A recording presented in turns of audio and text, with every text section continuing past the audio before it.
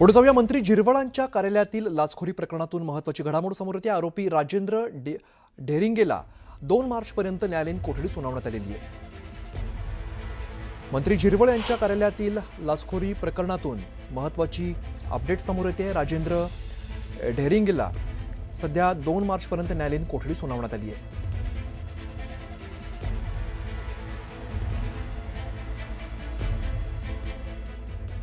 दरम्यान मंत्री नरहरी झिरवळांच्या खात्यातील कर्मचाऱ्याच्या घरावरती छापा टाकण्यात आल्याने लाचलुचपत प्रतिबंधक विभागाने नाशिक रोड इथल्या त्यांच्या घराची झडती घेतल्याची माहिती आहे. या कारवाईत महत्त्वाची कागदपत्र जप्त करत असल्याची माहिती आहे. तर कागदपत्रांमधून आणखीन माहिती उघड होण्याची शक्यता आहे. ढेरंगला कार्यालयात लाच घेताना ताब्यात घेण्यात आलेला आहे.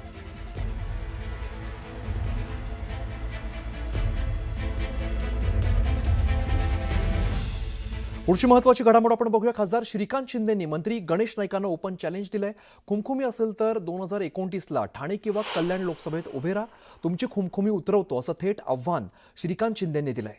गणेश नाईक वारंवार एकनाथ शिंदेंवरती टीका करतात. या टीकेनंतर शिवसेना नेते चांगलेच आक्रमक झालेत. वयानुसार नाईकांना स्मृतिभ्रंश झालाय. ज्यांच्या घरात 3-3 माजी आहेत त्यांनी दुसऱ्यांना माजी करण्याच्या वल्गना करू नयेत अशी टीका देखील श्रीकांत शिंदेंनी केली आहे. हॉस्पिटल करता, बागे करता, एखाद्या शाळे करता, रुग्णालया करता, ते पण दिले गेले नाहीत. ते भूखंडक बिल्डर लोकांच्या घशात यांच्या दलालांनी घातले.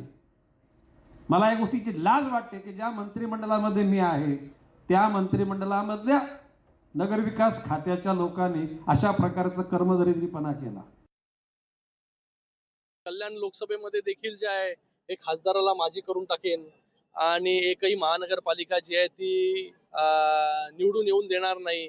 आता त्यांना थोडंसं मी जसं म्हणतो की वयाप्रमाणे काही आजार जे आहेत ते होत असतात. तर वयाप्रमाणे परिणाम जो आहे हा नक्कीच त्यांच्यावरती होत चाललाय. कारण की हे कॉन्फिडेंटली का बोलू शकतो मी, कारण की मी स्वतः एक डॉक्टर आहे.